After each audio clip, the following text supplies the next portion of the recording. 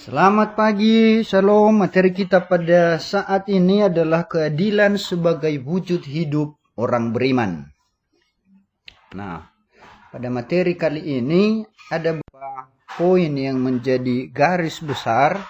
Yang pertama adalah makna keadilan, apa pengertian keadilan secara umum. Kemudian yang kedua, keadilan menurut Alkitab. Apa kata adil yang terdapat yang sejajar baik di dalam perjanjian lama maupun di dalam perjanjian baru. Lalu yang ketiga, mewujudkan keadilan dan kebenaran. Kita akan belajar dari Salomo. Dan yang keempat, keadilan, demokrasi, dan hak asasi manusia dalam hubungan yang saling meneguhkan. Yang pertama tadi makna keadilan. Apa yang dimaksud dengan keadilan? Nah, filsuf Yunani kuno Aristoteles mendefinisikan keadilan sebagai tindakan yang terletak di antara memberikan terlalu banyak dan juga sedikit yang dapat diartikan. Memberikan sesuatu kepada setiap orang sesuai dengan memberi apa yang menjadi haknya. Lalu selain itu, mengenai konsep keadilan, kita melihat 3 konsep definisi keadilan. Yang pertama menurut John Rawls mengatakan bahwa keadilan merupakan struktur masyarakat ideal yang adil dilihat dari struktur dasar masyarakat yang asli di mana hak-hak dasar, kebebasan, kekuasaan, kewibawaan, kesempatan, pendapatan, dan kesejahteraan manusia dapat terpenuhi. Kemudian yang kedua, menurut Franz Magnisuseno, bahwa keadilan adalah keadilan di mana sesama manusia saling menghargai hak dan kewajiban masing-masing yang membuat keadaan menjadi harmonis. Dan yang ketiga, pendapat dari Yudi Latif mengatakan bahwa keadilan sosial adalah cara berbagi kasih terhadap sesama manusia dengan berbagai kebutuhan jasmaninya. Nah, kalau demikian lalu apa itu keadilan? Secara sederhana, keadilan dapat kita definisikan yang pertama, keadilan berkaitan dengan kehidupan bersama dalam suatu komunitas masyarakat. Lalu yang kedua, keadilan juga mencakup hubungan timbal balik antara hak dan kewajiban manusia. Dan yang ketiga, tanggung jawab bersama antar sesama untuk mewujudkan keseimbangan antara hak kewajiban dalam kehidupan nyata kini dan di sini. Lalu kita beranjak pada poin yang kedua, bagaimana keadilan menurut Alkitab? Pertama kita akan melihat dalam perjanjian lama ada 2 kata yang dipakai untuk menggambarkan adil. Yang pertama adalah kata sedek dan kedua misfat. Kedua kata ini dapat diartikan keadilan dan hukum.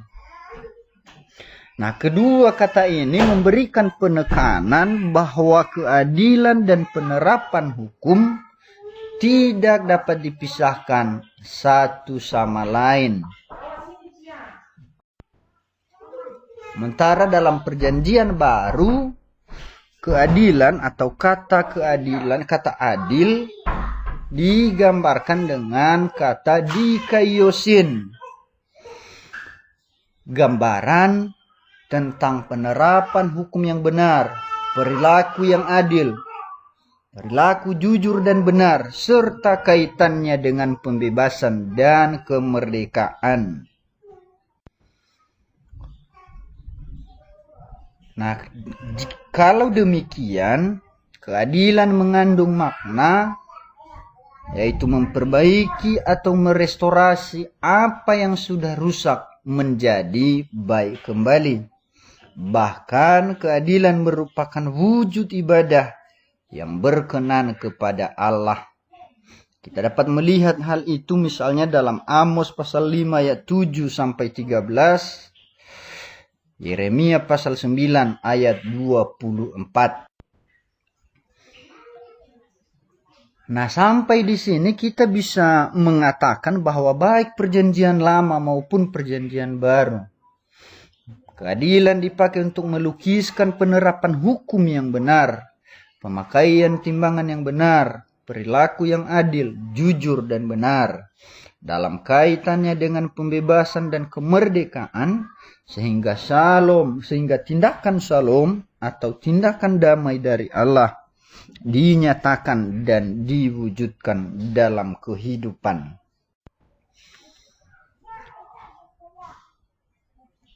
Dalam masa PL maupun masa PB kita menemukan banyak tindakan yang mencerminkan ketidakadilan dan kesewenang-wenangan dalam hidup manusia.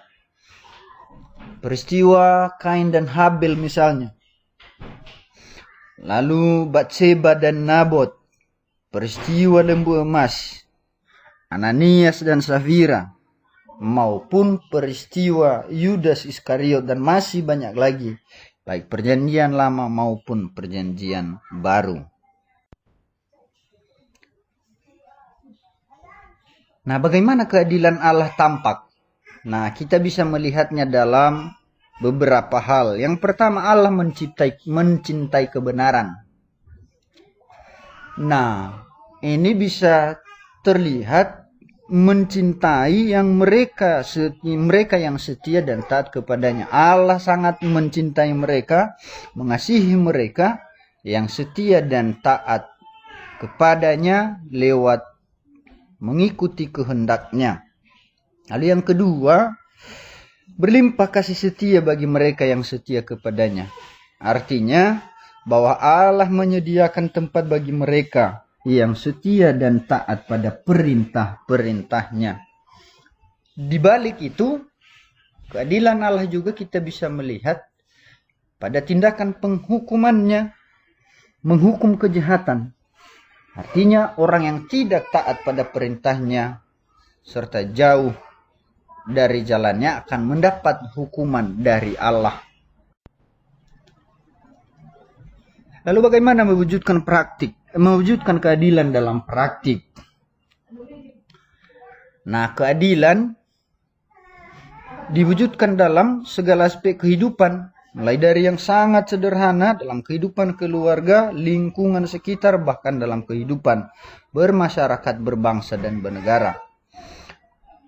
Kebenaran yang seharusnya dan berkenan dengan kehendak Tuhan, itulah yang harus nampak dalam perilaku hidup sehari-hari. Nah, kaitannya dengan kasih, bahwa melakukan keadilan dan kebenaran didasarkan atas kasih yang tulus sebagaimana Tuhan telah mengasihi manusia terlebih dahulu. Mewujudkan keadilan dan kebenaran. Satu contoh kita belajar dari Raja Salomo. Nah, peristiwa yang sangat luar biasa terjadi ketika terjadi dialog antara Allah dan Salomo. Nah, dalam dialog dikisahkan saat Allah bertanya kepada Salomo, "Apa yang hendak engkau minta, Salomo?" Sangat mengejutkan bahwa Raja Salomo merespon dengan meminta agar ia dianugerahi hikmat untuk memerintah sebagai raja. Dan Allah juga memenuhi permintaan Salomo sehingga Raja Salomo memerintah dengan adil dan benar. Kita ingat saat dua perempuan memperebutkan satu bayi karena salah satu di antara ibu bayi tersebut bayinya meninggal. Lalu dihadapkan kepada Salomo. Dan Salomo mengambil keputusan yang sangat adil dan benar, sehingga bayi yang masih ada tetap sama ibu kandungnya yang sebenarnya.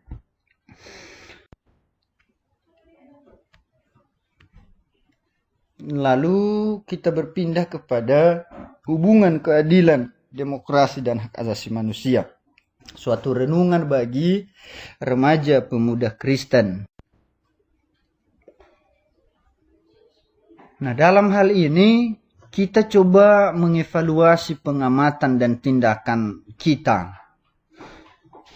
Kita evaluasi bagaimana praktik keadilan, demokrasi, dan hak asasi manusia mulai dari rumah. Bagaimana orang tua, keluarga, abang, kakak, adik bertindak. Bagaimana adakah respon terhadap keadilan dalam pengambilan tindakan, dalam melakukan sesuatu, apakah mencerminkan keadilan, mencerminkan sikap hidup demokrasi dan menghargai hak asasi manusia, sampai ke lingkungan sekolah dan lingkungan luar, lingkungan sekitar kita.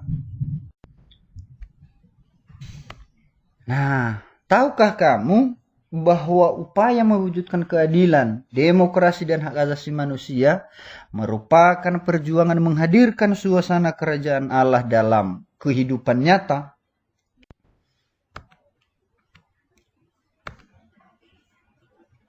Keadilan, demokrasi, dan hak asasi manusia diharapkan dapat terwujud dalam kehidupan manusia yang lebih baik, lebih harmonis, dan semakin sejahtera di muka bumi ini. Nah, praktik hidup orang Kristen diharapkan bahwa mewujudkan kehidupan yang adil dan benar. Apa patokannya? Seturut dengan kehendak Allah. Nah, ini merupakan gambaran dari suasana kehadiran kerajaan Allah di muka bumi, kini dan di sini. Ini bagi kita sebagai orang Kristen.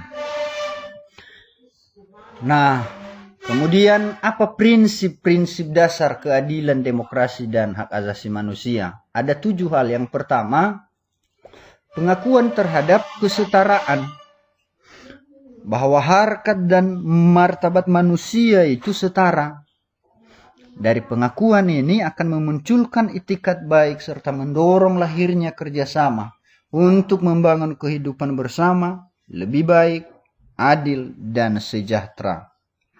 Yang kedua, prinsip yang kedua adalah freedom atau kebebasan dan kemerdekaan.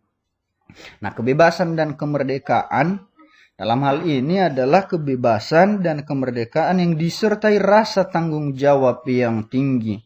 Pada pelaksanaan tanggung jawab ini melekat hak dan kewajiban hakiki untuk setiap manusia. Lalu prinsip dasar yang ketiga adalah kesadaran adanya kemajemukan dalam masyarakat. Seharusnya semua orang mengakui dan menghargai bahwa keberagaman merupakan penopang bagi terwujudnya keadilan, demokrasi, dan hak asasi manusia. Lalu prinsip dasar yang keempat adalah meminimalisir potensi konflik dan perpecahan dari keberagaman. Memupuk penghargaan yang setara terhadap sesama manusia sebagai makhluk mulia, ciptaan Allah. Yang kelima, kebebasan menyatakan pendapat dan penegakan hak asasi manusia. Keadilan menopang kebebasan untuk mengemukakan pendapat serta menentukan pilihan demi mencapai kesejahteraan bersama. Yang keenam, integritas. Artinya ada kesesuaian antara perkataan dan perbuatan, antara yang dilakukan dengan pencapaian yang dikehendaki. Cara benar, jujur, dan adil akan menghasilkan buah yang baik juga. Lalu yang terakhir, prinsip dasar keadilan yang ketujuh, demokrasi dan HAM akan menjamin terwujudnya keadilan sosial bagi seluruh rakyat Indonesia.